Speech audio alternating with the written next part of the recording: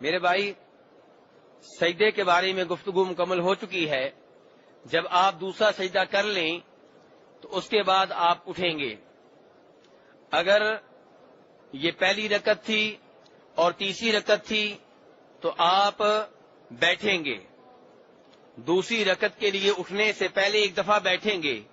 چوتھی رکعت کے لیے اٹھنے سے پہلے ایک دفعہ بیٹھیں گے. ڈائریکٹ اٹھنا نہیں ہے. اور اس بیٹھنے کو کہتے ہیں جلسہ استراحت. اردو میں کیا کہتے ہیں اس کو؟ جلسہ استراحت. ہلکا سا بیٹھنا ہوتا ہے. اس میں کوئی وظیفہ نہیں پڑھنا، کوئی دعا نہیں پڑھنی، کوئی ذکر نہیں کرنا، لیکن بیٹھنا ہے. کیوں بیٹھنا ہے میرے بھائی؟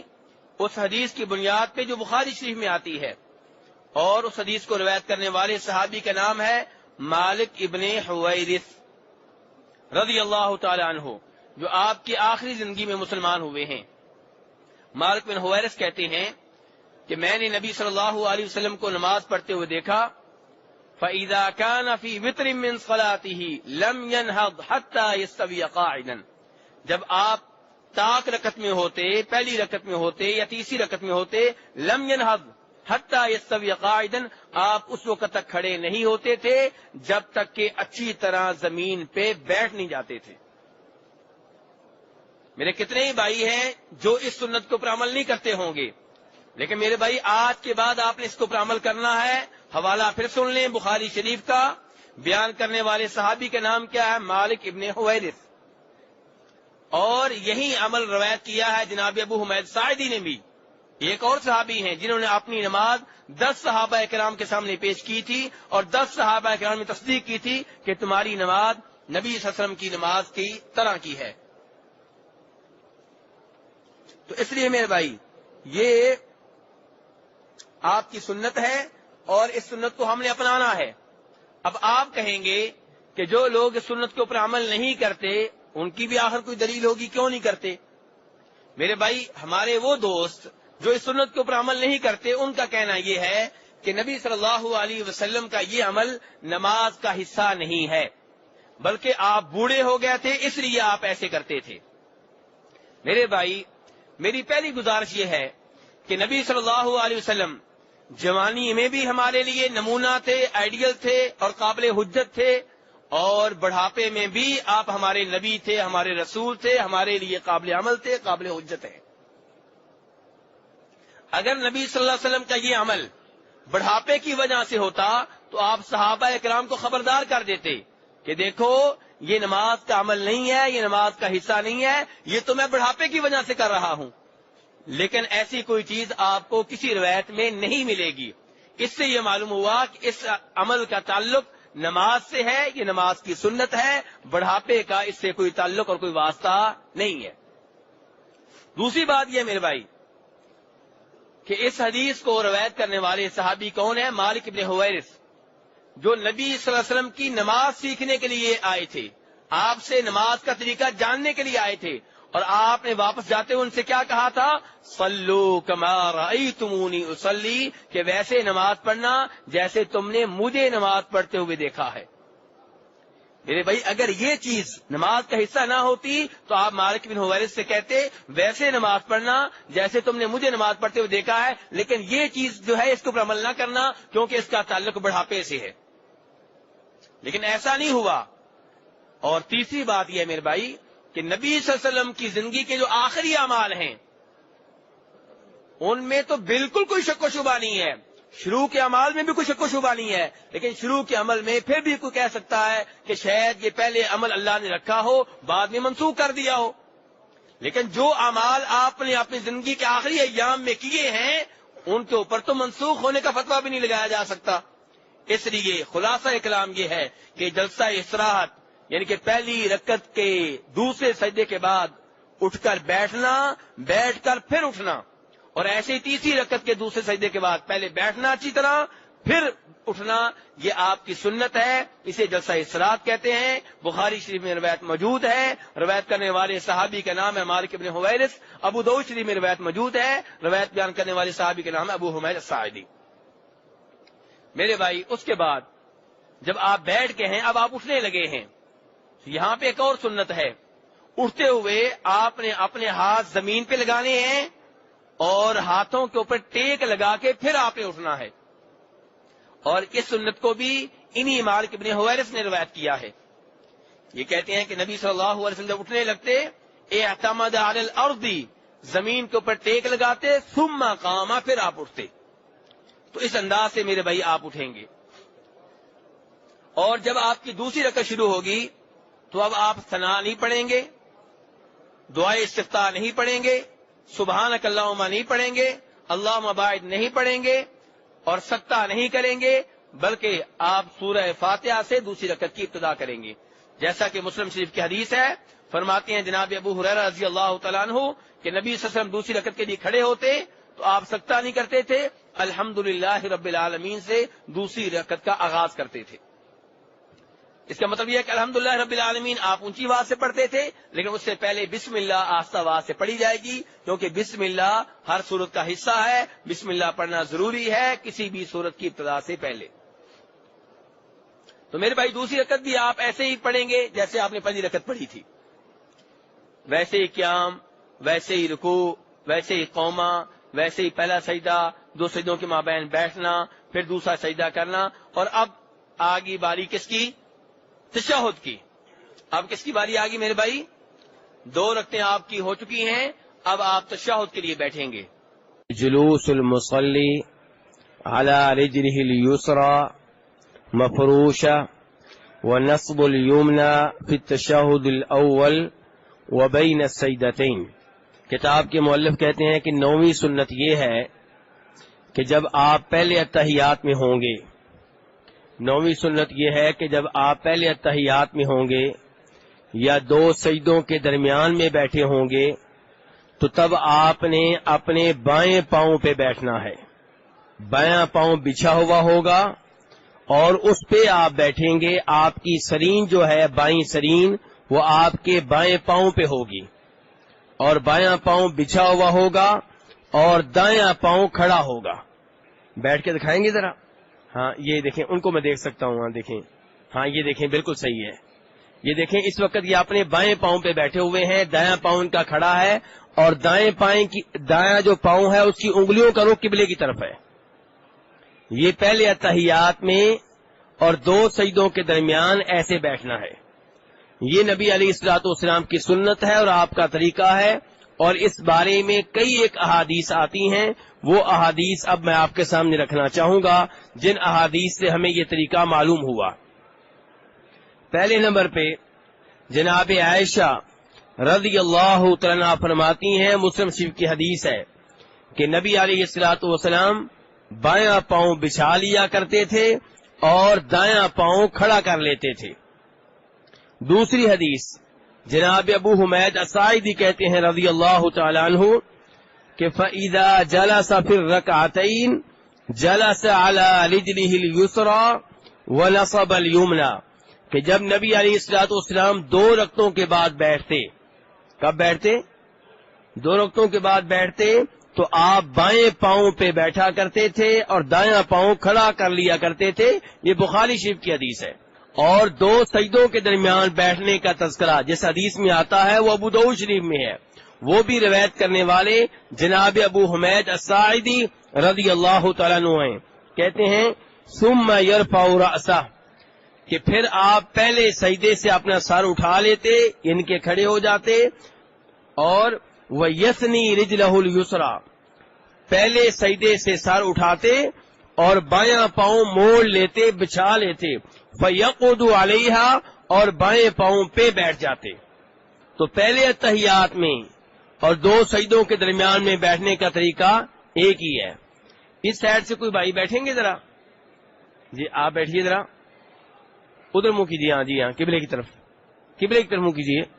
جی نہیں یہ نہیں، یہ تو آخری تحیات میں ہوتا ہے. ہاں یہ اس انداز سے میرے بھائی بیٹھا جائے. دیکھیں دایاں پاؤں ان کا کھڑا ہے اور بائیں پاؤں پہ یہ بیٹھے ہوئے ہیں اور بایاں پاؤں بچھا ہوا ہے.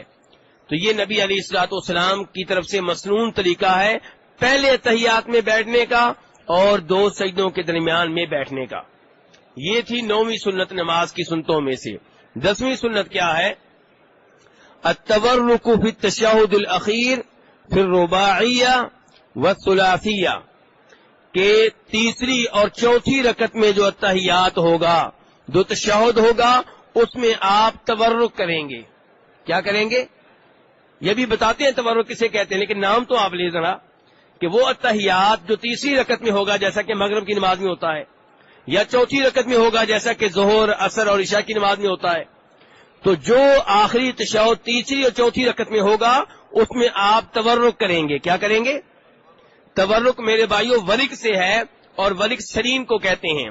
یہ ہمارے سرین جو ہے نا پچھلا حصہ، اس کو سرین کہتے ہیں، یعنی سرین پہ بیٹھنا.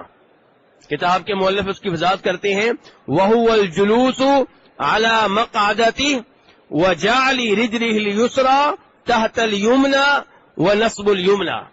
تورک اس چیز کا نام ہے کہ آپ اپنی بائیں سرین پہ بیٹھیں گے اور دایاں اپنا بایاں پاؤں، کون سا پاؤں؟ بایاں پاؤں دائیں پاؤں کے نیچے سے نکال لیں گے اور دایاں جو پاؤں ہے اس کو کھڑا کر لیں گے. کیسے؟ یہ بھی بھائی کیجیے ذرا، آپ یہ دیکھ لیں ان کو، یہ دیکھیں ان کا، آپ دیکھ رہے بایاں پاؤں باہر نکلا ہوا ہے، دائیں ٹانگ اور پنڈلی کے نیچے سے ان کا بایاں پاؤں باہر نکلا ہوا ہے، دایاں پاؤں کھڑا ہے اور سرین ان کی زمین پہ لگی ہوئی ہے. پہلے اتحیات میں سرین کہاں پہ تھی؟ بائیں پاؤں پہ تھی. اب بایاں پاؤں تو باہر نکل چکا ہے، اب ان کی سرین زمین پہ لگ چکی ہے. تو ایسے ادھر سے کون سے بھائی بیٹھیں گے؟ اس سائڈ سے آپ بیٹھیے ادھر منہ کر کے. ہاں جی، یہ دیکھیے ذرا، نہیں دایاں پاؤں کھڑا کریں، دایاں پاؤں کھڑا کریں اور اس کی انگلیوں کا رخ قبلے کی طرف کریں. جی، اور یہ بایاں پاؤں نکال لیں، باہر نکالیں، نکلا ہوا ہے. جی ہاں، اس انداز سے میرے بھائی آخری اتحیات میں بیٹھا جائے گا. اور اس کے دلائل کیا ہیں وہ بھی میں آپ کے سامنے رکھوں گا. فی الحال طریقہ بتایا جا رہا ہے کہ آخری اتحیات میں آپ بائیں پاؤں پہ نہیں بیٹھیں گے، بلکہ بائیں آپ کی سرین کہاں پہ لگے گی؟ زمین پہ لگے گی، اور بایاں پاؤں آپ دائیں پنڈلی کے نیچے سے باہر نکال دیں گے، اور دایاں پاؤں جو ہوگا وہ کھڑا ہوگا اور اس کی انگلیوں کا رخ کدھر ہوگا؟ قبلے کی طرف ہوگا. اب اس کی دلیل کیا ہے؟ اس کی دلیل بخاری شریف کی حدیث ہے، اور اسے بھی روایت کرنے والے وہی صحابی ہیں ابو حمید الساعدی رضی اللہ تعالیٰ عنہ. یہ وہی صحابی ہیں جنہوں نے یہ طریقہ نماز 10 صحابہ کرام کے سامنے ذکر کیا تھا. کتنے صحابہ کرام کے سامنے؟ یہ ابو حمید الساعدی وہ صحابی ہیں، کیونکہ کئی لوگ کہتے ہیں حدیث کے ساتھ ساتھ بزرگوں کا نام بھی بتائیں، تو میں بزرگوں کے نام بتا رہا ہوں کہ ابو حمید الساعدی صحابی ہیں، بزرگ ہیں کہ نہیں ہیں؟ امام ہیں کہ نہیں ہیں؟ بزرگ بھی ہیں، امام بھی ہیں.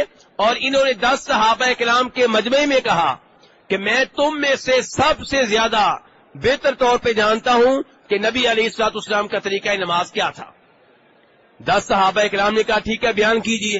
انہوں نے بیان کیا، 10 کے 10 صحابہ کرام نے تائید کی کہ بالکل آپ نے اسی طریقے سے نماز پڑھی ہے جو طریقہ نبی علیہ الصلوۃ والسلام کا تھا. تو یہ ابو حمید ساعدی اور باقی 10 بزرگ کتنے ہو گئے؟ کل 11 بزرگ صحابہ کے نام میں سے ہو گئے. اور بیان کیا کر رہے ہیں؟ حدیث. اصل دلیل تو حدیث میں ہے، لیکن بزرگوں کا بھی اگر ساتھ نام لیں تو یہ 11 تو بزرگ صحابہ کے نام میں سے ہو گئے اس طریقے پہ عمل کرنے والے. اور بھی اسی پہ عمل کرتے ہیں، لیکن کم از کم 11 صحابہ کرام کے بارے میں فوری طور پہ ہمیں علم ہو گیا. تو یہ ابو حمید ساعدی کہتے ہیں وَإِذَا جَلَسَ فِي الرَّكْعَةِ الْأَخِيرَةِ، جب نبی علیہ الصلوۃ والسلام آخری رکعت میں بیٹھتے تھے، آخری رکعت کا اتحیات بیٹھتے تھے، تشہد بیٹھتے تھے، قدم رجلہ الیسریٰ، آپ اپنا بایاں پاؤں باہر نکال دیتے تھے، ونصب الاخری، اور جو دایاں پاؤں ہے اسے کھڑا کر دیتے تھے، وقعد علی مقعدتی، اور اپنی سرین پہ بیٹھ جایا کرتے تھے. اس حدیث کو امام بخاری نے روایت کیا ہے. تو یہ آخری اتحیات میں بیٹھنے کا ایک طریقہ ہے. ایک اور طریقہ بھی آتا ہے آخری اتحیات میں بیٹھنے کا، میرے خیال میں اسے میں نہ ہی ذکر کروں بہتر ہے، ورنہ آپ کافی پریشان ہو جائیں گے. ایک ہی طریقہ جو مشہور طریقہ ہے وہی آپ کے لیے کافی ہے. تو یہ مجھے امید ہے کہ آج آپ نے یہ سیکھ لیا ہے اور اسی کے مطابق اپنی نماز کو آپ اپنائیں اور اسی کے مطابق آئندہ آخری اتحیات میں آپ بیٹھیں. تو اور اپنے دائیں ہاتھ کو دائیں ران کے گھٹنے پہ رکھیں گے اور بائیں ہاتھ کو بائیں گھٹنے پہ رکھیں گے، یا پھر دائیں ہاتھ کو آپ دائیں ران پہ رکھیں اور بائیں ہاتھ کو بائیں ران پہ رکھیں، دونوں طریقے ثابت ہیں، دونوں کے اوپر آپ عمل کر سکتے ہیں، دونوں صحیح حدیث سے ثابت ہیں۔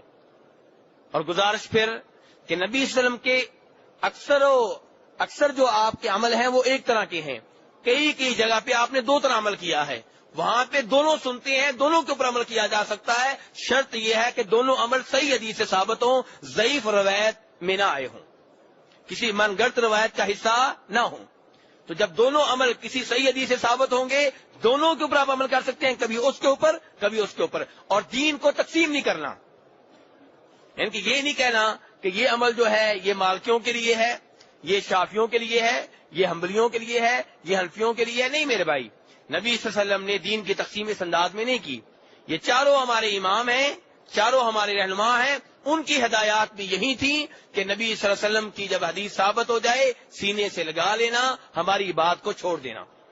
تو اس لیے یہ دونوں کے دونوں سنتے ہیں، کبھی آپ اس کے اوپر عمل کریں کبھی اس کے اوپر عمل کریں، یہ نہ کہیں کہ یہ ان کے لیے ہے وہ ان کے لیے نہیں، دونوں ہی ہمارے لیے ہیں اور دونوں ہی ان کے لیے ہیں، کبھی اس کے اوپر عمل کرنا ہے کبھی اس کے اوپر عمل کرنا ہے۔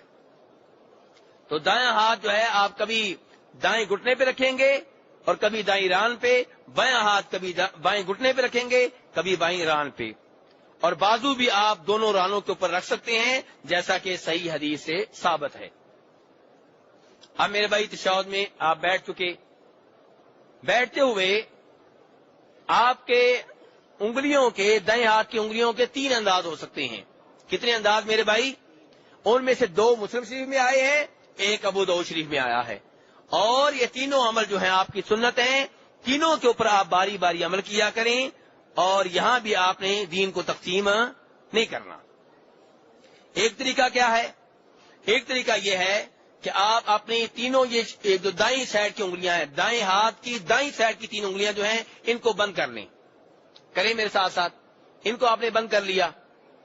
اب آپ اپنے انگوٹھے کو درمیانی انگلی پہ رکھیں، یہ دیکھیں رکھ لیا، اور یہ شہادت والی انگلی کھڑی رہے گی، اس سے آپ اشارہ کرتے رہیں گے، اس سے آپ دعا کرتے رہیں گے۔ ابھی اس کی تفصیل بعد میں بتاؤں گا، فی الحال آپ یہ جان لیں، یعنی کہ یہ 3 انگلیاں آپ کی بند ہیں اور انگوٹھا آپ نے کس انگلی کے اوپر رکھا ہوا ہے؟ درمیانی انگلی پہ، اور شہادت والی انگلی جو ہے وہ کھڑی ہے، اس کو آپ حرکت دے رہے ہیں، اس کے ساتھ آپ دعا کر رہے ہیں۔ حوالے ابھی دوں گا، پہلے آپ یہ پہلا جو عمل میں نے بتایا یہ مسلم شریف میں آتا ہے۔ دوسرا یہ ہے کہ ایسے ہی آپ رکھیں گے، لیکن اب انگوٹھا آپ نے درمیانی انگلی پہ نہیں رکھنا، اب انگوٹھا آپ نے شہادت والی انگلی کے نیچے رکھنا۔ یہ دیکھیں شہادت والی انگلی کے نیچے انگوٹھا رکھا ہوا ہے موڑ کر آپ نے، اور اس کو کہتے ہیں عربی میں 53 کی گرا۔ پرانے عربی لوگ جو تھے وہ ہندسے کیسے گنا کرتے تھے؟ اس انداز میں گنتی بتایا کرتے، یہ ان کے نزدیک 53 تھا، یہ ان کے نزدیک کیا ہے؟ 53 ہے۔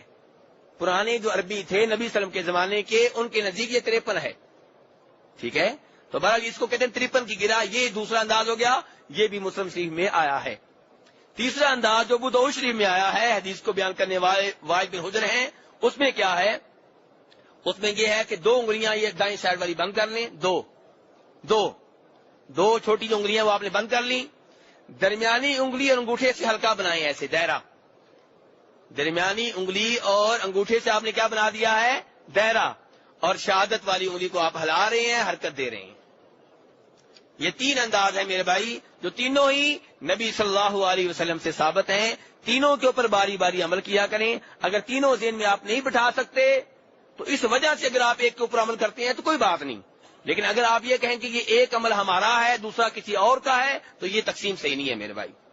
ہاں، اپنی آسانی کے لیے اگر آپ کہتے ہیں میرے ذہن میں نہیں بیٹھتا، میرے لیے ایک ہی انداز کافی ہے، تو کسی ایک انداز کے اوپر آپ عمل کر سکتے ہیں، لیکن کوشش کریں کہ جب وہ ایک انداز آپ کو یاد ہو جائے پھر اس کے بعد آپ دوسرا انداز کبھی اپنا لیا کریں، جب وہ بھی یاد ہو جائے پھر تیسرا اپنا لیا کریں۔ یہ میرے پیارے نبی صلی اللہ علیہ وسلم کی مختلف سنتے ہیں، مختلف حدیث سے ثابت ہیں، سب صحیح حدیث ہیں، کوئی ان میں سے ضعیف روایت نہیں ہے، کوئی ناقابل اعتماد نہیں ہے، باری باری ہر ایک کو پر عمل کرنے کی کوشش کریں۔ اب میرے بھائی ہمارے ہاں بہت بڑا مسئلہ ہے اس انگلی کو حرکت دینا۔ کسی زمانے میں جو لوگ اس انگلی کو حرکت دیتے تھے، لوگ ان کی اس انگلی کو ہی کاٹ دیتے تھے، لیکن الحمدللہ اب علم پھیل چکا ہے، نبی صلی اللہ علیہ وسلم کی احادیث پھیل چکی ہیں، لوگوں میں نبی صلی اللہ علیہ وسلم سے محبت کا بہت زیادہ رجحان ہے، اب ایسی کوئی حرکت نہیں کرتا۔ اب آپ اپنی انگلی کو حرکت دیتے بھی رہیں تو آپ کی انگلی کو کاٹنے کی کوئی حرکت نہیں کرے گا انشاءاللہ۔ لیکن حوالہ پھر بھی ہمیں چاہیے، آخر یہ کس حدیث میں آیا ہے؟ میرے بھائی نسائی شریف کی حدیث ہے، اور فرماتے ہیں صحابی کہ میں نے نبی صلی اللہ علیہ وسلم کو دیکھا کہ رفع اصبعہ، آپ نے اپنی انگلی کو اٹھایا، یحرکھا، اسے حرکت دیتے رہے، یدعو بہا، اس کے ساتھ آپ دعا کیا کرتے تھے۔ اس انگلی کے ساتھ آپ کیا کیا کرتے تھے؟ کیا مطلب؟ دعا تو زبان سے کی جاتی ہے، انگلی سے کیسے دعا کرتے تھے؟ زبان سے جب دعا کر رہے ہوتے تھے ساتھ ساتھ انگلی کو ہلاتے تھے، یعنی کہ جب آپ کہتے السلام علیکم ایھا النبی، کہ اے نبی صلی اللہ علیہ وسلم آپ کے اوپر سلام ہو، تو آپ کے اوپر سلام کیا ہے میرے بھائی؟ دعا ہے۔ یہ کیا ہے؟ تو آپ ایسے کر دیتے۔ جب آپ کہتے اللہم صلی علی محمد، اے اللہ جناب محمد صلی اللہ علیہ وسلم کے اوپر رحمت نازل فرما، یہ دعا ہے، ساتھ ہی انگلی ہلا دیتے۔ جب آپ کہتے اللہم بارک علی محمد، یہ دعا ہے، اے اللہ محمد صلی اللہ علیہ وسلم کے اوپر برکت نازل فرما، ساتھ ہی آپ انگلی ہلا دیتے۔ رب اجعلنی کہتے انگلی ہلا دیتے، ربنا آتنا کہتے انگلی ہلا دیتے، جب بھی کوئی دعا کرتے آپ انگلی ہلا دیتے۔ تو اس سے آپ کیا کرتے تھے؟ انگلی دعا کرتے، اور دوسری حدیث میں آتا ہے کہ آپ کی نگاہ بھی اس انگلی کے اوپر رہتی۔ تشہد میں آپ کی نگاہ کس کے اوپر رہتی تھی؟ انگلی کے اوپر۔ تو اس انگلی کو مسلسل ہلاتے رہنا ہے اسلام کے آخر تک، کیونکہ دعا جاری رہے گی۔ یہ کہنا کہ اس انگلی کو ایک دفعہ ہلانا ہے جب اشہد ان لا الہ پڑھا جائے گا، تو میرے بھائی یہ کسی صحیح حدیث سے ثابت نہیں ہے، ایک ضعیف روایت آتی ہے ناقابل اعتماد قسم کی، اس کو آپ ان صحیح روایات کے مقابلے میں کیسے رکھ سکتے ہیں؟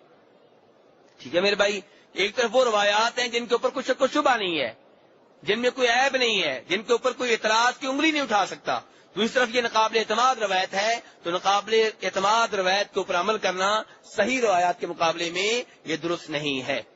میرے بھائی اب ہم فارغ ہو گئے ہیں اعمال سے، اب رہ گئے اقوال، کہ عمل تو ہم نے جان لیے، دائیں ہاتھ کہاں رکھیں گے، بایاں کہاں رکھیں گے، انگلی کے انداز کیا ہوں گے، پاؤں کیسے رکھیں گے، یہ سب کچھ ہم نے جان لیا۔ اب قول، کہنا کیا ہے ہم نے، تشہد کی حالت میں ہم نے پڑھنا کیا ہے، کہنا کیا ہے؟ میرے بھائی عبداللہ ابن مسعود رضی اللہ عنہ فرماتے ہیں، بخاری شریف کی حدیث ہے کہ نبی صلی اللہ علیہ وسلم کے دونوں ہاتھوں میں میرے دونوں ہاتھ تھے، اور اس وقت آپ نے مجھے تشہد سکھایا، سکھانے کا انداز ایسے تھا جیسے آپ مجھے قرآن پاک کی کوئی سورت سکھا رہے ہوں۔ اور آپ نے کیا سکھایا؟ یہ تشہد سکھایا، یہ تحیات سکھایا، التحیات للہ والصلوات والطیبات، السلام علیک ایھا النبی ورحمۃ اللہ وبرکاتہ، السلام علینا وعلی عباد اللہ الصالحین، اشہد ان لا الہ الا اللہ وحدہ لا شریک لہ واشہد ان محمدا عبدہ ورسولہ۔ یہ دعا کیا ہے؟ یہ تو عقیدے کی اصلاح ہے۔ یہ دعا کیا ہے؟ یہ تو اللہ سے سرگوشیاں ہیں۔ یہ دعا کیا ہے؟ اس میں تو توحید و رسالت کا اقرار ہے، اس میں بہت کچھ آ گیا ہے میرے بھائی۔ جو دعائیں پیارے حبیب صلی اللہ علیہ وسلم نے سکھائی ہیں بڑی عمدہ ہیں، بڑی اعلیٰ ہیں، ان دعاؤں کا کسی اور کی دعا مقابلہ نہیں کر سکتی۔ تو کیا معنی ہے اس دعا کا؟ التحیات للہ، کہ میری ساری قولی باتیں، یعنی کہ میری وہ ساری باتیں جو میں زبان سے ادا کرتا ہوں، سب کی سب اللہ کے لیے ہیں۔ کس کے لیے ہیں؟ آپ نے کہا نا اللہ کے لیے۔ پھر جب دعا کی باری آتی ہے تو قبر پہ پہنچ جاتے ہیں، پھر اس سے بیٹا مانگتے ہیں، پھر اس سے رزق مانگتے ہیں، پھر کہتے ہیں جی اللہ کے پاس سیڑھی کے بغیر پہنچا نہیں جا سکتا، سیڑھی ضروری ہے۔ اور ابھی آپ نے کہا تھا التحیات للہ، کہ میرے زبان سے جتنی بھی باتیں ادا ہوں گی سب کی سب اللہ کے لیے ہیں۔ میرے بھائی خود بھی اور اپنے رشتہ داروں سے بھی گزارش کریں کہ اللہ کو دھوکہ دینا چھوڑ دیں۔ اللہ کو دھوکہ نہیں دیا جا سکتا، جو اللہ کو دھوکہ دے گا وہ اپنے آپ کو دھوکہ دے رہا ہے۔ تو اب وعدہ آپ کیا کر رہے ہیں؟ التحیات للہ، یا اللہ زبان سے میں جتنی بھی باتیں کرتا ہوں، یہ قولی باتیں، زبانی باتیں، سب تیرے لیے ہیں، للہ، اللہ کے لیے۔ والصلوات، اور بدنی باتیں ساری کی ساری اللہ کے لیے ہیں، وہ عبادتیں جو میں اپنے جسم سے کرتا ہوں، جیسے نماز ہے، ٹھیک ہے، یہ میری بدنی باتیں جو ہیں ساری کی ساری کس کے لیے ہیں؟ اللہ کے لیے ہیں۔ طواف کس کے لیے ہے؟ اللہ کے لیے ہے. التحیات للہ والصلوات والطیبات، ساری مالی باتیں بھی اللہ کے لیے ہیں. جانور ذبح کروں گا کس کے لیے؟ اور منت مانوں گا تو صرف کس کے لیے؟ کسی قبر والے کے نام پہ منت، کسی قبر کے اوپر جا کے وعدہ نہیں کروں گا کہ قبر والے بیٹا لے دے، میں تیری قبر پہ دیکھ کروں گا، تیری قبر پہ بکرا ذبح کروں گا. نہیں نہیں نہیں نہیں، ایسے کام نہیں کرنے، رب کو ناراض نہیں کرنا. تو میرے بھائی اب آپ نے اللہ سے وعدہ کر لیا، وعدے پہ پکا رہنا ہے کہ ساری زبانی باتیں، قولی باتیں، بدنی باتیں، مالی باتیں سب اللہ کے لیے. قل ان صلاتی ونسکی ومحیای ومماتی للہ رب العالمین. قرآن پاک نے بھی ہم سے یہی کہا کہ کہہ دو کہ میری نماز، میری قربانی، میری موت و حیات کا مقصد یہ سب کچھ کس کے لیے ہے؟ اللہ کے لیے ہے. لا شریک لہ، اس کا کوئی شریک نہیں ہے. آگے آپ کیا کہیں گے میرے بھائی؟ السلام علیکہ ایھا النبی ورحمۃ اللہ وبرکاتہ، کہ اے نبی آپ کے اوپر سلامتی نازل ہو، اللہ کی رحمت نازل ہو، اللہ کی برکتیں نازل ہوں. یہ کون دعا کر رہا ہے؟ امتی کر رہا ہے. کس کے لیے؟ اپنے نبی کے لیے. یہ کون دعا کر رہا ہے؟ امتی. کس کے لیے؟ اب امتی سے یہ پوچھا جائے تمہیں یہ سکھایا گیا تھا کہ اپنے نبی کے لیے دعا کرنا، یا یہ سکھایا گیا تھا کہ نبی کی قبر پہ جا کے نبی سے مانگنا؟ ارے تمہیں سکھایا یہ گیا تھا کہ اپنے نبی کے لیے دعا کرنا. السلام علیکم ایھا النبی بھی آپ کے لیے دعا ہے، درود شریف بھی آپ کے لیے دعا ہے، اذان کے بعد جو آپ کہتے ہیں اللہم رب ہذہ الدعوۃ التامہ، یہ بھی آپ کے لیے دعا ہے. دعا کرنے والا امتی ہے، جس کے لیے دعا ہو رہی ہے وہ ہمارے نبی ہیں صلی اللہ علیہ وسلم. میرے بھائی اب بتائیں، آپ اللہ کے رسول کے لیے دعا کریں گے یا اللہ کے رسول سے دعا کریں گے؟ نہیں بول رہے، لگتا ہے دل نہیں کرتا. جی اللہ کے رسول کے لیے دعا کرنی ہے. اور دعا میں آپ کیا کہہ رہے ہیں؟ السلام علیکہ ایھا النبی، کہ اے نبی آپ کے اوپر سلامتی نازل ہو. سلامتی کون نازل کرے گا؟ اللہ. ورحمت اللہ، اللہ کی رحمت نازل ہو. وبرکاتہ، اور اس کی برکتیں نازل ہوں. ٹھیک ہے میرے بھائی. اب آپ سوچیں گے السلام علیکہ ایھا النبی ورحمت اللہ وبرکاتہ، کہ اے نبی صلی اللہ علیہ وسلم آپ کے اوپر سلامتی ہو، اللہ کی رحمتیں ہوں اور اللہ کی برکتیں ہوں. السلام علینا، ہمارے اوپر سلام ہو. پھر آپ کیا کہتے ہیں؟ ہمارے اوپر سلام ہو. سلام نازل کس نے کرنا ہے؟ سلامتی اللہ نے. وعلی عباد اللہ الصالحین، اور اللہ کے نیک بندوں کے اوپر سلام ہو. سارے اللہ کے نیک بندے اس میں آ گئے، زندہ بھی مردہ بھی سارے آ گئے. اشہد ان لا الہ الا اللہ، میں گواہی دیتا ہوں کہ اللہ کے سوا کوئی سچا معبود نہیں ہے. کتنے معبود ہیں؟ عبادت کا حقدار کتنے ہیں؟ تو پھر کسی اور سے آپ دعا کیوں کرتے ہیں؟ دعا تو عبادت ہے. کسی اور کو کیوں پکارتے ہیں؟ یا رسول اللہ مدد کے نعرے کیوں لگاتے ہیں؟ یا علی مدد کے نعرے کیوں لگاتے ہیں؟ یا غوث اعظم کے نعرے پھر کیوں لگاتے ہیں؟ یہاں پہ تو آپ نے کہہ دیا کہ اللہ کے سوا کوئی سچا معبود نہیں ہے، اللہ کے سوا کوئی عبادت کا حقدار نہیں ہے. پھر رکوع کسی اور کو کیوں کرتے ہیں؟ سجدہ کسی اور کو کیوں کرتے ہیں؟ کسی اور سے بیٹا کیوں مانگتے ہیں؟ کسی اور سے رزق کیوں مانگتے ہیں؟ وَأَشْهَدُ أَنَّ مُحَمَّدًا عَبْدُهُ وَرَسُولُهُ، میں گواہی دیتا ہوں کہ محمد جو ہے صلی اللہ علیہ وسلم اللہ کے بندے ہیں اور اللہ کے رسول ہیں. اللہ کے کیا ہیں؟ بندے ہیں. کیا ہیں؟ بندے ہیں. بندے پھر کیوں کہتے ہیں نور میں سے نور ہیں؟ ابھی تو آپ نے دعا میں کہا اللہ کے بندے ہیں. کاش ان دعاؤں کا ترجمہ ہمیں آ جائے تو ہمارا یعنی کہ 95% شرک ختم ہو جائے. ٹھیک ہے میرے بھائی. تو آپ نے کیا کہا ہے؟ میں گواہی دیتا ہوں کہ محمد صلی اللہ علیہ وسلم اللہ کے بندے ہیں اور اللہ کے رسول ہیں. ہاں جی. اس دعا میں کتنے رسولوں کا ذکر ہے؟ کتنے رسولوں کا ذکر ہے؟ ایک کا. تو پھر دین کس کا ہوا؟ نبی صلی اللہ علیہ وسلم کا. باقی سارے علماء ہوئے، امام ہوئے، محترم ہوئے، معزز ہوئے، ہمارے محبوب ہوئے، لیکن جن کی بات حرف آخر ہے، جن کا دین ہے، جن سے عبادت لی جائے گی، جن کی بات آ جائے تو کسی اور کی بات نہیں مانی جائے گی، وہ صرف ایک شخصیت ہے جن کا نام نامی اس میں گرامی محمد صلی اللہ علیہ وسلم ہے. اور کیا کہا تھا امام مالک رحمہ اللہ نے؟ کہا تھا ہم میں سے ہر ایک کی بات مانی بھی جا سکتی ہے، ریجیکٹ بھی کی جا سکتی ہے، اور وہ شخصیت جن کی بات ریجیکٹ نہیں کی جا سکتی وہ یہ قبر والے ہیں. صرف ایک آدمی، ایک شخصیت، ایک ہستی، ایک ذات. باقی ہر ایک کی بات لی بھی جا سکتی ہے اگر قرآن و حدیث کے مطابق ہے، ریجیکٹ بھی کی جا سکتی ہے اگر قرآن و حدیث کے مخالف ہے. معصوم ایک ہے. معصوم کتنے ہیں؟ 12 امام معصوم. یہ غلط عقیدہ ہے کہ 12 امام معصوم ہیں. صرف نبی صلی اللہ علیہ وسلم معصوم ہیں، آپ کے بعد کوئی اور معصوم نہیں ہے. تو میرے بھائی یہ ہے تشہد. یہ تشہد آپ پڑھیں گے اور اس کے بعد جو ہے آپ کھڑے ہو جائیں گے. اب تیسری رکعت آپ مکمل کریں گے، چوتھی رکعت مکمل کریں گے، پھر آپ تشہد بیٹھ جائیں گے. تشہد میں یہی اتحیات آپ پڑھیں گے. اس کے بعد آپ درود شریف پڑھیں گے. کیا پڑھیں گے؟ درود شریف کا مطلب کیا یہ بھی جان لیں. دیکھیں میرے بھائی، پہلے اللہ کی حمد و ثنا بیان کیا آپ نے، ایسے ہی ہے نا، اور اب نبی صلی اللہ علیہ وسلم کے اوپر درود پڑھنے لگے آپ، اور اس کے بعد کیا کرنا ہے؟ دعا کرنی. یہ ہے دعا کے آداب. یہ کیا ہے؟ دعا کے آداب. پہلے اللہ کی حمد و ثنا، پھر نبی صلی اللہ علیہ وسلم کے اوپر درود شریف، اس کے بعد دعا. یہ کہیں نہیں کہا گیا کہ دعا کریں تو اللہ کو اپنے نبی کا واسطہ دیں، یہ کہیں نہیں کہا گیا.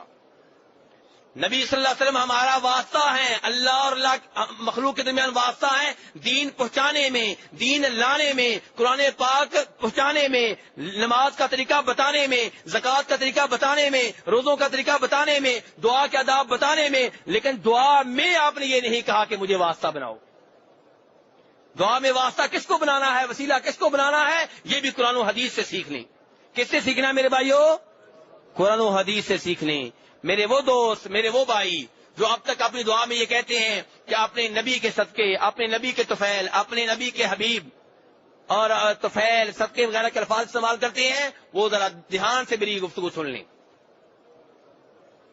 میرے بھائی، نبی صلی اللہ علیہ وسلم نے اور قرآن پاک نے دین ہمیں مکمل دیا ہے، اور دین کا ایک حصہ ہے دعا. دعا کے آداب بھی ہمیں بتا دیے گئے ہیں. حمد و ثنا پہ اللہ کی بیان کی جائے، پھر نبی صلی اللہ علیہ وسلم کے اوپر درود شریف پڑھا جائے، اور وسیلہ واسطہ اگر آپ استعمال کرنا چاہتے ہیں تو کریں. لیکن وہ جو قرآن و حدیث میں آیا ہے دعا میں، کیا ہے قرآن پاک میں؟ سنیں.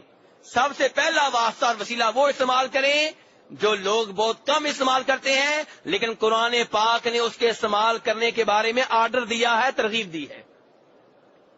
لیکن افسوس یہ ہے، ہمارا رویہ یہ ہے کہ وہ وسیلہ واسطہ جس کے بارے میں قرآن پاک کہتا ہے دعا میں استعمال کرو، وہ ہم بہت کم استعمال کرتے ہیں.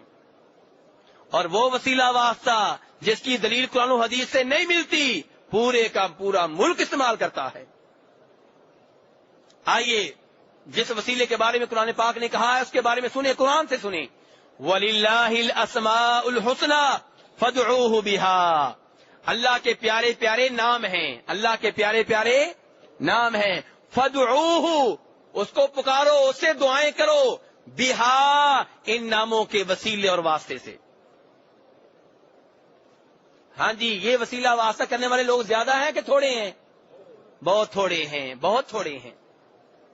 حالانکہ اس کا آرڈر ہے قرآن پاک میں اور نبی صلی اللہ علیہ وسلم کی حدیث میں، اس کے اوپر عمل موجود ہے. آپ کہا کرتے تھے، کیا کہتے تھے آپ؟ اے اللہ، اسألک بکل اسم هو لک سمیت به نفسک او علمته احدا من خلقک او استأثرت به فی علم الغیب عندک ان تجعل القرآن ربیع قلبی ونور صدری وجلاء احزانی. آپ کہا کرتے تھے، اے اللہ، میں تجھ سے دعا کر رہا ہوں، میں تجھ سے سوال کر رہا ہوں، میں تجھ سے مانگ رہا ہوں، اور مانگتے ہوئے تجھے واسطہ دیتا ہوں تیرے ہر اس نام کا جو تو نے اپنے کسی بھی بندے کو سکھایا ہے، یا جو تو نے اپنے قرآن میں نازل کیا ہے، یا وہ نام تو نے کسی کو نہیں بتایا، وہ علم غیب میں تیرے پاس موجود ہے. ان تمام ناموں کا واسطہ دے کے میں تجھے کہتا ہوں کہ اے اللہ، قرآن کو میرے دل کی بہار بنا دے. اے اللہ، قرآن کو میرے سینے کا نور بنا دے. اے اللہ، قرآن کو میرے غموں کے زائل ہونے کا ذریعہ بنا دے. نبی صلی اللہ علیہ وسلم نے اللہ کو کس چیز کے واسطے دیے ہیں؟ اللہ کے ناموں کے. اور فرمایا اللہ کے نام 3 طرح کے ہیں، ایک وہ جو اپنے مخلوق کو سکھائے، ایک جو قرآن میں نازل کیے، اور اللہ کے کئی نام ایسے ہیں جو اللہ ہی کے پاس ہیں، جو کسی کو پتا نہیں ہے. پتا چلا عالم الغیب صرف اللہ ہے. پتا چلا عالم الغیب صرف میرا رب ہے اور کوئی نہیں ہے. تو بہرحال میرے بھائی نبی صلی اللہ علیہ وسلم کیا کہا کرتے تھے دعا میں؟ یا حیو یا قیوم برحمتک استغیث، کہ تیری رحمت کا تجھے واسطہ دیتے ہوئے فریاد کرتا ہوں. اللہ کو واسطہ کس چیز کا دیا جا رہا ہے؟ رحمت کا. تو میرے بھائی آپ بھی کہہ سکتے ہیں یا اللہ تو رزاق ہے مجھے رزق دے. یا اللہ تیرے شافی ہونے کا تجھے واسطہ مجھے شفا دے. یا اللہ تو تواب ہے، تیرا نام ہے تواب، بہت توبہ قبول کرنے والا. یا اللہ میری توبہ قبول کر لے. اللہم انک عفو، اے اللہ تو بہت معاف کرنے والا ہے، تیرا نام ہے عفو، تحب العفو، تو معاف کرنے کو بہت پسند کرتا ہے. فاعف عنی، اس لیے مجھے معاف کر دے. یہ اللہ کو واسطے دیے جا رہے ہیں، اللہ کے ناموں کے، اللہ کی صفات کے. یہ دعا میں پہلا وسیلہ واسطہ جو آپ استعمال کر سکتے ہیں وہ کیا ہے؟ اللہ کے نام اور اللہ کی صفات. جی آئندہ یہ وسیلہ واسطہ استعمال کریں گے کہ نہیں کریں گے؟ دوسرے نمبر پہ وسیلہ واسطہ جو آپ نے استعمال کرنا ہے وہ آپ کا اپنا ذاتی نیک عمل ہے. میں پورا واقعہ بیان نہیں کروں گا، اشارہ کروں گا. بخاری شریف کی حدیث ہے، 3 آدمی غار میں پھنس گئے تھے، پھر کیسے نکلے تھے؟ اللہ کو اپنے اپنے نیک اعمال کے واسطے دیے تھے کہ نہیں دیے تھے؟ اور پھر غار کا وہ دروازہ کھلا تھا کہ نہیں کھلا تھا؟ تو اب میرے بھائی اس سے پتا چلا کہ آپ اللہ کو نیک عمل کا واسطہ دے سکتے ہیں. میرے بھائی یہاں ایک بات غور کرنا آپ نے، ہم نے اس واقعے کو قبول کیوں کیا ہے؟ کیا اس لیے کہ ان 3 آدمیوں کو فائدہ ہو گیا تھا؟ نہیں، ہم نے اس وقت قبول کیا جب اس کے اوپر مہر لگا دی میرے اور آپ کے نبی محمد صلی اللہ علیہ وسلم نے. اللہ کے رسول مہر نہ لگاتے اس واقعے کے اوپر تو چاہے یہ آدمی چیختے رہتے کہ ہمیں فائدہ ہوا ہے، چٹان ہٹ گئی تھی، یہ ہو گیا تھا، وہ ہو گیا تھا، ہم نے بالکل نہیں ماننا تھا. ہم تو بڑے کھڑے ہیں، صاف سی بات ہے. ہم تب مانتے ہیں جب اللہ کے رسول کی مہر لگ جائے.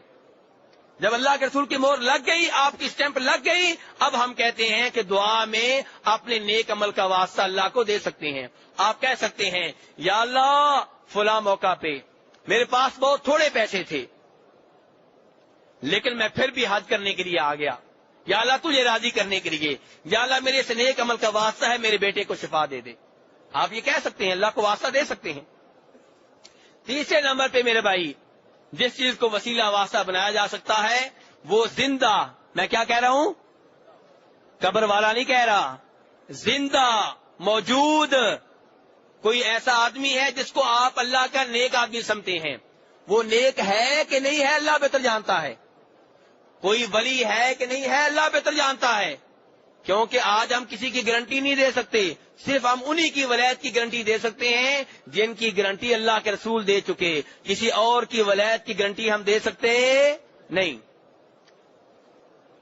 شیخ عبد القادر جیلانی بہت بڑے بزرگ ہیں، لیکن کیا ہم 100% کہہ سکتے ہیں کہ اللہ کے ہاں ان کی سب باتیں قبول ہو چکی؟ اللہ بہتر جانتا ہے. لیکن ہمیں لگتا یہ ہے ان کے کردار سے کہ اللہ کے نیک بندے ہیں، لگتا یہ ہے کہ اللہ کے بہت عبادت کرنے والے تھے، لیکن کیا واقعی وہ ولی تھے، واقعی جنتی تھے؟ یہ ہم معاملہ اللہ کے ثبوت کرتے ہیں، اللہ کا اختیار ہمارا اختیار نہیں ہے. امید کرتے ہیں کوئی جنتی ہوں گے، امید کرتے ہیں لیکن اسٹیمپ نہیں لگا سکتے. ٹھیک ہے میرے بھائی، لگتا ہے مجھے یہ عقیدہ بھی صاف کرنا پڑے گا کیونکہ آپ کے سر تھوڑے سے ہل رہے ہیں، صحیح نہیں ہل رہے. بخاری شریف کی حدیث ہے، کس کتاب کی؟ بخاری شریف کی حدیث ہے. غزوہ خیبر ہے، خیبر کی لڑائی کا موقع ہے. خیبر مدینہ کے قریب ہی ہے، یہاں کا موقع ہے. لڑائی ہو رہی ہے، صحابہ کرام ایک آدمی کی طرف دیکھ رہے ہیں، وہ بھی صحابی ہے اور وہ بڑے زوروں سے جہاد کر رہا ہے، کافروں کی گردنیں اتار رہا ہے، بڑے شجاعت سے لڑ رہا ہے، داد شجاعت دے رہا ہے. صحابہ کرام اس کو رشک بری نگاہوں سے دیکھ رہے ہیں، سوچ رہے ہیں جہاد تو اس نے کیا ہے، سوچ رہے ہیں جہاد کا حق تو اس نے ادا کیا ہے. یہ اس آدمی کے اوپر کون رشک کر رہے ہیں؟ جس آدمی کے اوپر صحابہ کرام رشک کریں وہ ولی ہے کہ نہیں؟ وہ تو ولی ہوگا نا. ایسے ہی ہے میرے بھائی. سنیے آگے، نبی صلی اللہ علیہ وسلم نے جب صحابہ کرام کو دیکھا کہ اسے رشک بری نگاہوں سے دیکھ رہے ہیں، آپ نے فرمایا یہ آدمی جہنم کی آگ میں جائے گا. میرے بھائی ٹھنڈے دل سے غور کریں، آپ بڑے فتوے دیتے ہیں کہ وہ بھی جنتی، وہ بھی اللہ کا پکا ولی اور یہ جہنمی سرٹیفکیٹ تقسیم ہو رہے ہیں. میرے بھائی اگر کسی کو آپ نیک سمجھتے ہیں تو آپ کہہ سکتے ہیں مجھے امید ہے کہ وہ نیک ہے, مجھے لگتا ہے کہ اللہ کا ولی ہے, مجھے امید ہے کہ جنتی ہوگا. لیکن آخری بات کر دینا, بلکہ پہلے ہم کہتے ہیں کہ وہ پکا جنتی ہے, پھر کہتے ہیں اب اور جنتیوں کو اور لوگوں کو بھی جنت میں لے کر جائے گا. اور ہم نعوذ باللہ اس قدر گستاخی اللہ کی کر جاتے ہیں, ہم کہتے ہیں کہ ہمارا پیر, ہمارے ولی جو ہیں وہ اللہ کے سامنے اڑ کر بیٹھ جائیں گے, جنت میں جانے سے انکار کر دیں گے اور کہیں گے جب تک میرے مریدوں کو نہیں جنت میں بھیجا جاتا میں نہیں جاؤں گا. وما قدر اللہ کا قدری, ایسی بات کرنے والے اللہ کی شان کو نہیں جان سکے, اللہ کے مقام کو نہیں جان سکے. یہ دیکھیے اس آدمی کے بارے میں جس کے بارے میں اللہ کے رسول کہہ رہے ہیں وہ جہنم میں جائے گا, اور صحابہ کرام اس سے اپنے سے بھی بہتر سمجھ رہے تھے. ایک صحابی نے کہا میں جائزہ لیتا ہوں چکر کیا ہے, وہ اس کے پیچھے پیچھے آگے جا کے اس آدمی نے جب اسے زخم آیا خودکشی کر لی. اس نے کیا کیا, اب یہ صحابی واپس آیا اور اللہ کے رسول سے کہنے لگا اللہ کے رسول میں گواہی دیتا ہوں کہ آپ واقعی اللہ کے رسول ہیں. آپ نے کہا بھئی کیا ہوا, آج اس انداز میں گواہی کیوں دی جا رہی ہے؟ فرمایا اللہ کے رسول جس آدمی کے بارے میں آپ نے کہا تھا جہنم میں جائے گا, ہم سب حیران ہوئے تھے, میں نے اس کا پیچھا کیا, اس نے خودکشی کی اور آپ کے فرمان کے مطابق جہنم میں چلا گیا. ہاں جی میرے بھائی, جس آدمی کو صحابہ کرام ولی سمجھ رہے تھے ولی نہ نکلا, جہنمی نکلا, اور جس کو آپ ولی سمجھتے ہیں ان کا کیا بنے گا؟ میرے بھائی نہ کسی کے جنتی ہونے کا کسی کو سرٹیفکیٹ دیں, نہ کسی کے اوپر یہ فتویٰ لگائیں کہ وہ جہنمی ہے. اللہ کے سپرد یہ معاملات کر دیں, اللہ کے سپرد یہ معاملات کر دیں. تو بہرحال بات کہاں سے کہاں نکل گئی, ہماری بات کیا ہو رہی تھی؟ تیسرا وسیلہ واسطہ یہ ہے کہ جس کو آپ ولی سمجھتے ہیں, اللہ کا نیک بندہ سمجھتے ہیں, آپ اس سے کہہ سکتے ہیں کہ میری گزارش ہے میرے لیے دعا کریں.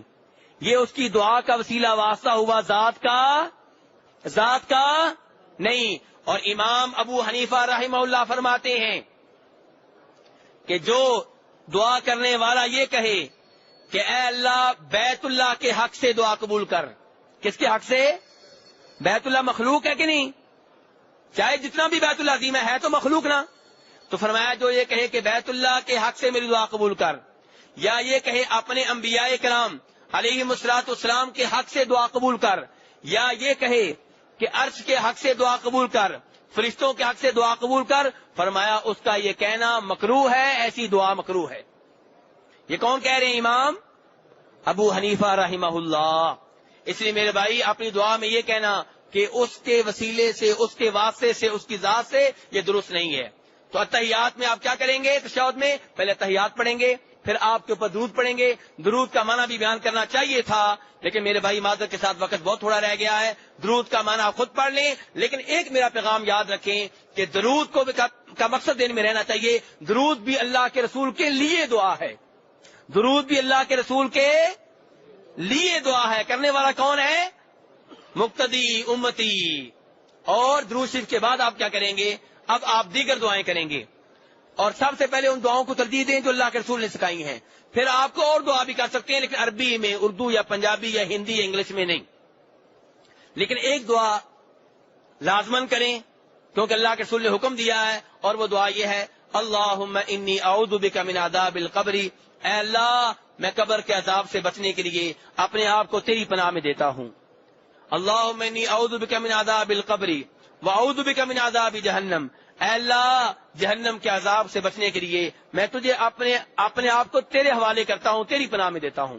وَأَعُوذُ بِكَ مِنْ فِتْنَةِ الْمَحْيَا وَالْمَمَاتِ, یا اللہ زندگی میں بڑے فتنے ہیں, مرنے کے بعد بھی بڑے فتنے ہیں, یا اللہ ان فتنوں سے مجھے بچا لے. ان فتنوں سے بچنے کے لیے میں اپنے آپ کو تیری پناہ میں دیتا ہوں, تیری پناہ مانگتا ہوں. وَأَعُوذُ بِكَ مِنْ فِتْنَةِ الْمَسِيحِ الدَّجَّالِ, یا اللہ دجال کا فتنہ بڑا فتنہ ہے, یا اللہ اس کے فتنے سے بچنے کے لیے میں اپنے آپ کو تیری پناہ میں دیتا ہوں. دیگر دعائیں بھی آپ کر سکتے ہیں میرے بھائی. سلام پھیرنے کا طریقہ یہ ہے کہ دائیں سائڈ پہ آپ کہیں السلام علیکم ورحمۃ اللہ, بائیں سائڈ پہ کہیں السلام علیکم ورحمۃ اللہ. اور صحابہ کرام کہتے ہیں کہ جب آپ السلام علیکم کہتے تھے ہمیں پیچھے سے آپ کی رخساروں کی سفیدی نظر آتی تھی, یعنی کہ ایسے کرتے تھے پیچھے سے سفیدی نظر آتی تھی. اور یہ بھی کہہ سکتے ہیں آپ السلام علیکم ورحمۃ اللہ وبرکاتہ, السلام علیکم ورحمۃ اللہ. اور یہ بھی کہہ سکتے ہیں السلام علیکم ورحمۃ اللہ، السلام علیکم. 3 طریقے ہو گئے. کتنے ہو گئے؟ پہلا طریقہ کیا ہے؟ السلام علیکم ورحمۃ اللہ، السلام علیکم ورحمۃ اللہ. دوسرا طریقہ کیا ہے؟ السلام علیکم ورحمۃ اللہ وبرکاتہ، السلام علیکم ورحمۃ اللہ. اور تیسرا طریقہ کیا ہے؟ السلام علیکم ورحمۃ اللہ، السلام علیکم. تو یہ 3 طریقے ہیں. اور نماز کے بعد آپ سب سے پہلے کیا کہیں گے؟ اللہ اکبر. پھر آپ کہیں گے 3 بار استغفر اللہ استغفر اللہ استغفر اللہ، اللہم انت السلام ومنک السلام تبارکت یا ذا الجلال والاکرام. یہ دعائیں اللہ کے رسول والی کریں. بھائی کیا کرتے ہیں؟ نماز کے فوراً بعد یہ سنتے پڑھنا شروع کر دیتے ہیں، یا پھر وہ ذکر اذکار شروع کر دیتے ہیں جو اللہ کے رسول نے نہیں بتائے. میرے بھائی آپ کا دعویٰ یہ ہے کہ آپ کو اللہ کے رسول سے بہت محبت ہے. اللہ کے رسول سے بہت محبت ہے تو آپ کو ان اذکار سے بھی محبت ہونی چاہیے جو اللہ کے رسول کرتے تھے. نماز کے فوراً بعد پہلے آپ اللہ اکبر کہیں، 3 دفعہ استغفر اللہ کہیں، پھر اللہم انت السلام منک السلام، پھر لا الہ الا اللہ، پھر آیت الکرسی، پھر تینوں کل، پھر 33 مرتبہ اللہ اکبر سبحان اللہ الحمدللہ، 1 دفعہ لا الہ الا اللہ وحدہ لا شریک لہ لہ الملک ولہ الحمد. پہلے وہ دعائیں کریں جو اللہ کے رسول نے بتائی ہیں. یہ دعائیں آپ کو مل سکتی ہیں ایک ایسی کتاب میں جو پاکٹ سائز کی ہے، 2-3 ریال کی آتی ہے، اردو والی آپ لے لیں، اس کا نام ہے حصن المسلم. کیا نام ہے؟ یہ کتاب خرید لیں، اس میں وہ دعائیں ہیں جو اللہ کے رسول نے بتائی ہیں. اللہ تعالیٰ عمل کرنے کی توفیق عنایت فرمائیں.